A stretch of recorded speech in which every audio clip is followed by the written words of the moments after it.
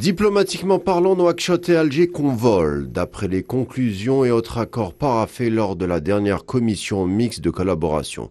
Une coopération ascendante à en croire déjà les exportations de produits algériens vers la Mauritanie, sans parler de la réalisation en grande cadence des postes frontaliers durant l'année écoulée. Ce sont à peu près 10 000 tonnes de produits algériens lesquels ont trouvé preneur de ce côté ouest de la frontière cette année. Ce qui dénote que les pans économiques et commerciaux ne cessent de se renforcer via les points de passage frontaliers entre l'Algérie et la Mauritanie, comme celui de Mustapha Ben Boulaïd, sans parler de la route stratégique Tindouf-Zouiret. Relation cruciale donc pour les deux partenaires. En plus de renforcer une présence pour Alger, il s'agit dans un second temps d'atteindre surtout le versant ouest africain via la Mauritanie.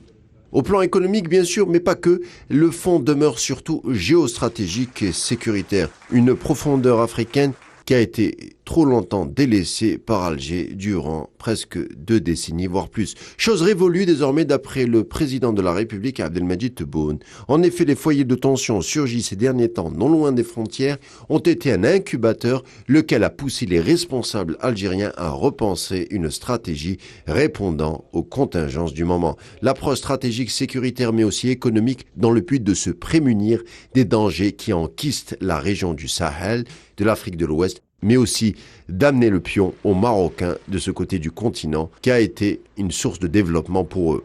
En effet, l'Afrique de l'Ouest est devenue le nouvel Eldorado pour les entreprises marocaines. À noter que le Maroc a demandé l'adhésion à la CEDEAO, Communauté économique de l'Afrique de l'Ouest, en juin dernier. Tout ceci donc qui contribue à une nouvelle cartographie de cette partie du continent qui ne pouvait laisser Alger les bras croisés.